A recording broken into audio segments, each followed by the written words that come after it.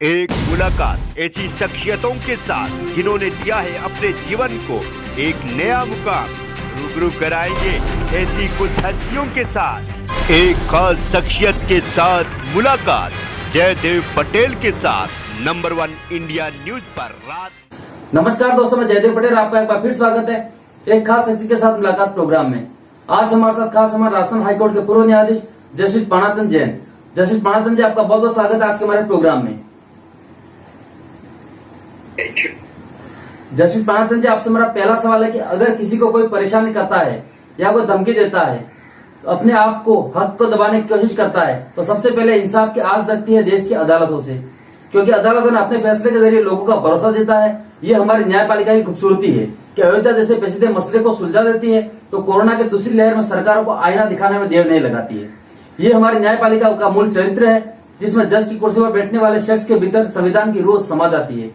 पिछले 75 वर्षों से न्यायपालिका हिंदुस्तान की तस्वीर और तकदीर बुलंद बनाने में एक मजबूत स्तंभ की भूमिका में है, और ऐसे में जज कम केस ज्यादा, कैसे हो इंसाफ का वादा।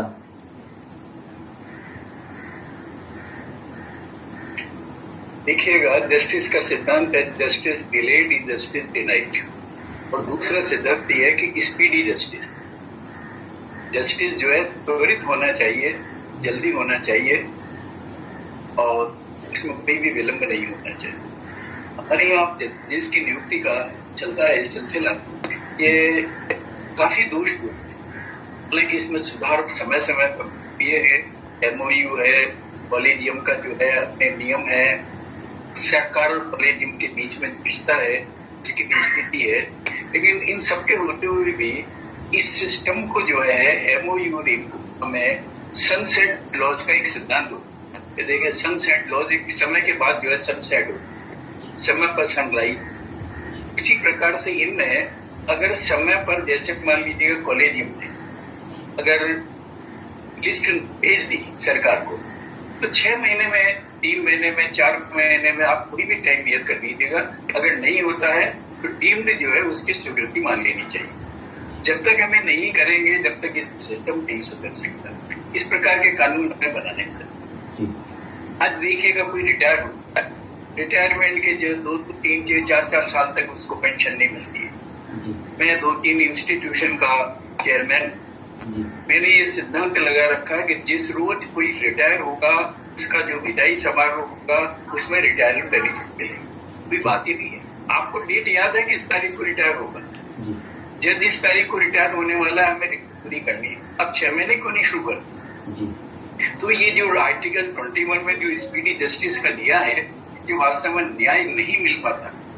बहुत साल लग जाते हैं, नियुक्ति में इतने साल लग जाते हैं कि उसका लिस्ट पुलिस नाम ही निकल जाता है। उस पीरियड तक जो है उसका जो एक पीरियड नियत होता है, इस पीरियड में जो है नियुक्ति हो जानी चाहिए, समाप्त। ये न्याय की जो आज है, इतने मुकदमे लंबित हैं। अब देखिएगा, इतने मुकदमों की लिस्ट है कि सैकड़ों साल लग जाएंगे जिनको निपट है ना। इस हाई कोर्ट में एक केस पेंडिंग है, एक इंजीनियर के पेंशन का, कि 1 पोस्ट 1 पेंशन। अब आप उसमें से जो है करने के बाद जो है कम से कम 6, 7, 8 आदमी तो जो उस एसोसिएशन में गए। क्यों? एक ही तो डिसाइड करना है कि भाई सुप्रीम कोर्ट का जो निर्णय है उसमें लागू होता है, मतलब अब 1 लाइन जजमेंट से जो है केस को डिस्पोज ऑफ किया जा सकता, लेकिन नहीं होते। तो ये जो विलंब होता है, ये बहुत ही दुख भरा है।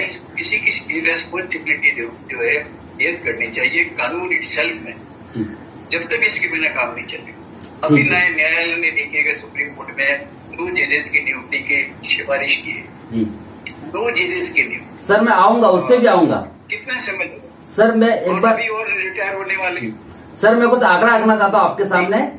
जस्टिस पानाचंद जी, 2 अगस्त 2021 तक सुप्रीम कोर्ट में 69,476 केस पेंडिंग थे। 15 अप्रैल 2021 तक हाईकोर्ट में 57,53,000 केस पेंडिंग थे।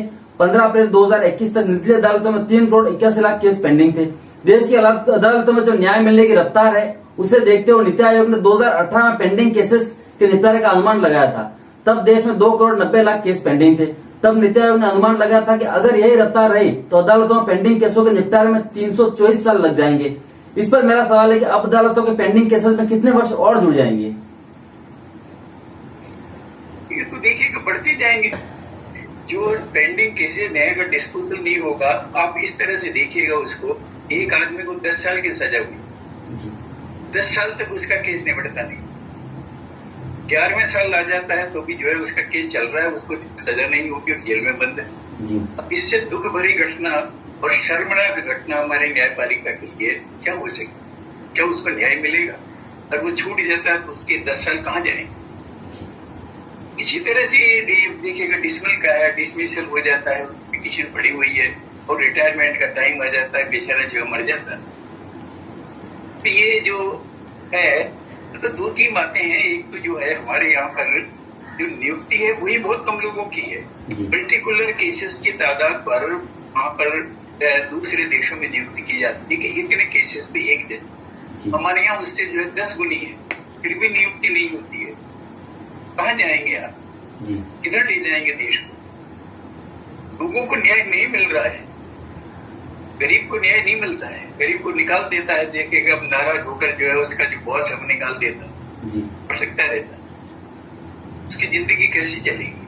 जीने का अधिकार तो दे दिया, गरिमा में जीने का अधिकार, और ये अधिकार जो है एम्प्लॉयर को दे दिया कि तू कर जाए, जब निकाल सकता होगा सो देखा जाएगा अदालत में, कोई चिंता नहीं, इसको तो जितना परेशान हो परेशान। तो हमारी न्यायपालिका की जो ये सीमाएं हैं, इन सीमाओं से, इस बंधन से मुक्त करना होगा। स्वयं जो है न्यायालय निर्णय करेगा कितने नियुक्त होगी, नियुक्त हो जाए, तो इसमें जो है सरकार का डंगा। जस्ट जुडिशरी हमारी इंडिपेंडेंट है, तो नियुक्ति के मामले में भी इंडिपेंडेंट होनी चाहिए, जितने करें। ये देखिए कि व्यवस्था है संविधान में कि स्वयं न्यायपालिका अपना बजट तैयार करे, तो बजट तैयार कर सकती है तो नियुक्ति भी तैयार होनी चाहिए। जो नियुक्ति भी जो भी आवश्यकता वो नियुक्ति करे, सरकार का काम है उस व्यय को जो है बहन करना। तो हमें एक आमूल चूल परिवर्तन की आवश्यकता है इस सिस्टम को सुधारने के लिए, और जितने भी चीफ जस्टिस आए हैं सबने बहुत प्रयत्न किया है। रिटायर होते हैं फिर दुख भरा एक सपना लेके जाते हैं कि देखिए कि मैं कर नहीं सकता, इससे क्या फायदा? ठीक बात कही, इतने लंबित हैं, अब किसके अकाउंट में जाएंगे ये? जी सर, मेरा अगला सवाल है, जस्टिस पानाचंद जी, सुप्रीम कोर्ट से लेकर निचली अदालतों में भारी कमी है। हाल ही में कॉलेजियम की ओर से सुप्रीम कोर्ट में तैनाती के लिए 9 नामों की सिफारिश केंद्र सरकार को भेजी गई है। अगर सरकार इन नामों पर मुहर लगा दे तो सुप्रीम कोर्ट में जजों की संख्या 33 हो जाएगी, लेकिन इसके बाद भी सुप्रीम कोर्ट के लिए तय जजों के पदों में से एक खाली बच रहा है। तो उसके साथ ही 1 अगस्त 2021 तक 25 हाईकोर्ट में जजों के 455 पद खाली है। 1 अगस्त 2021 तक निचली अदालतों में जजों के 5000 ज्यादा पद खाली है। ऐसे में जजों की बड़ी कमी के बीच आम आदमी को जल्द से जल्द न्याय मिलना कैसे आसान होगा? ये तो आपको पता है ना कि एक आदमी कब रिटायर हो रहा है। एक आदमी मान लीजिएगा 1 नवंबर को रिटायर होने वाला, आपको पता है 6 महीने पहले प्रोसेस को नहीं शुरू करते हैं आप, ताकि उस साइड में जिस तरह रिटायर हो उसी दिन जो है दूसरे की नियुक्ति हो जाए। आपके हाथ की बात है, अब क्यों नहीं प्रोसेस शुरू करते? इस प्रोसेस में विलंब क्यों होना चाहिए? दूसरा ये है कि उनको स्वयं को जो है इस बात को जो है सरकार को रखना चाहिए कि इतनी जो संख्या आपने सुप्रीम कोर्ट में दे रखी है और हाई कोर्ट में दे रखी है, इसकी दुगनी की आवश्यकता। आप दुगनी की मांग करो, इनको करिएगा, क्योंकि पेंडेंसी को जो निपटने के लिए जो वो जो संख्या अभी है वो इस हिसाब से थी कि रेगुलर आपका फ्लो चलता है, लेकिन आज पेंडेंसी की वजह से क्या हो, कौन करेगा उनको डिसाइड? नए वाले करते नहीं, छोड़ देते हैं उसको। तो हमारे सिस्टम जो है ये बहुत दोषपूर्ण है, इस सिस्टम को सुधारना पड़ेगा। इस सुप्रीम कोर्ट को, न्यायपालिका को सरकार के बंधन से पूर्ण रूप से मुक्त करना होगा। किसी भी प्रकार से जो है सरकार को भेजने की आवश्यकता ही नहीं। क्यों भेजा जाए? जुडिशरी इंडिपेंडेंट है, एग्जीक्यूटिव इंडिपेंडेंट है, कानून बनाने विधायिका इंडिपेंडेंट है। तो इंडिपेंडेंस फिर ये कहाँ रही कि हम उनके ऊपर डिपेंड करते हैं कि भाई तुम क्लियर करोगे जब वो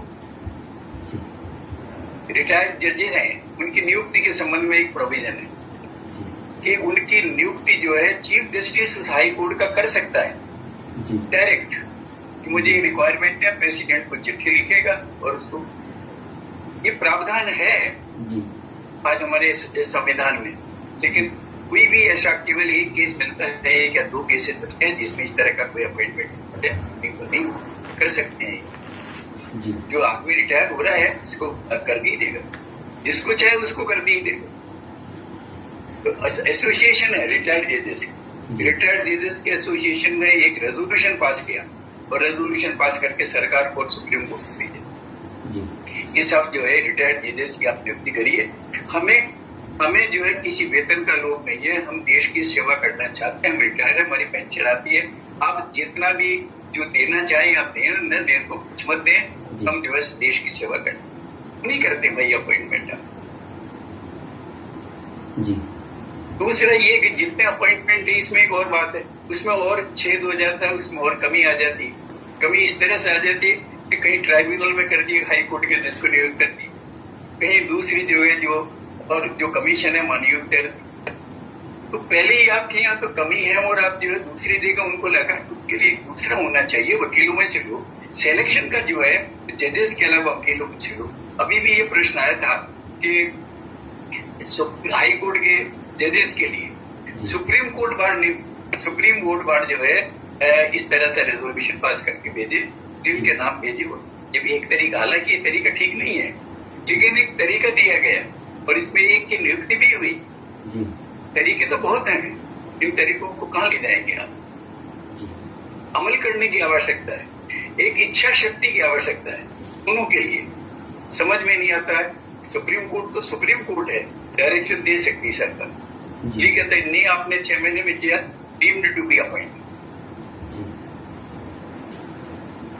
जस्टिस पानाचंद जी जो है बहुत खतरनाक है और बढ़ती जा रही है। जी जस्टिस पानाचंद जी, आपसे मेरा आपसे आखिरी सवाल है कि आजादी के 75वें वर्ष में सरकार को कैसे ध्यान देना चाहिए कि न्यायपालिका के कमजोर पड़ते कील कांटों को दुरुस्त किया जा सके, जिससे लोगों का मुल्क की अदालतों में विश्वास बना रहे। देखिए कि ये नियुक्ति करनी चाहिए, अच्छे आदमी लानी चाहिए, बाहर से लेना चाहिए। सुप्रीम कोर्ट में भी जो है अगर हाई कोर्ट वाले नहीं होते हैं तो सुप्रीम कोर्ट बाहर से लेना चाहिए, लेडी जजेस को भी लेना चाहिए। जब तक ये संख्या नहीं बढ़ेगी जब तक हम कुछ नहीं कर सकते। संख्या को सब प्रकार से बढ़ाना पड़ेगा, जो कोटा फिक्स किया उसको सुधारना पड़ेगा और नई नियुक्ति जो है एक क्रमबद्ध तरीके से होगी। जिस तारीख को रिटायर होगा उस तारीख को स्पीडी जस्टिस का जो सिद्धांत है उसको न्याय सस्ता त्वरित होगा। कहाँ है न्याय सस्ता? सस्ता भी नहीं है। आज कितना महंगा न्याय है। सुप्रीम कोर्ट के देखिएगा, एक जो वकील है, सीनियर वकील, एक दिन के 15 लाख रुपए ले। एक केस में बहस करने के, एडमिशन के केस में जहाँ 2 मिनट बहस करनी पड़ता है। कहाँ जाके मिलेगा न्याय उस गरीब को? गरीब के लिए तो कोई जगह ही नहीं है, सिवाय मरने के उसके पास कोई उसका मूल अधिकार नहीं। तो जो एक स्थिति पैदा करती है, ये स्थिति जो है मैं ऐसा समझता हूँ कि स्थिति में जितना जल्दी सुधार हो नहीं अच्छा। जस्टिस पानाचंद जी, आपने समय दिया उसके लिए आपका बहुत बहुत धन्यवाद। थैंक यू वेरी मच, आपने मुझे इन्वॉल्व किया, आपका आभारी हूँ। बहुत अच्छा सब्जेक्ट है और इस पर चिंतन होना चाहिए, गहरा अध्ययन और गहरा चिंतन की आवश्यकता सभी के लिए, सुप्रीम कोर्ट के लिए, सुप्रीम कोर्ट की बार के लिए, राजस्थान के हाई कोर्ट के बार के लिए और वकीलों के लिए। इसलिए हमें लड़ना चाहिए, तो तैयार हैं देश की सेवा करने के लिए। जुडिशियल ऑफिसर्स की नियुक्ति करो ना जल्दी, 2-3 साल लग जाते हैं जुडिशियल ऑफिसर जी। तो मेरा ये निवेदन है कि स्पीडी जस्टिस का जो न्याय का सिद्धांत है, अगर इसको साकारता देना हो तो हमें जो है बहुत ही क्रांतिकारी कदम उठाने को। जी, थैंक यू सो मच। बोलने का अवसर दिया, धन्यवाद जी।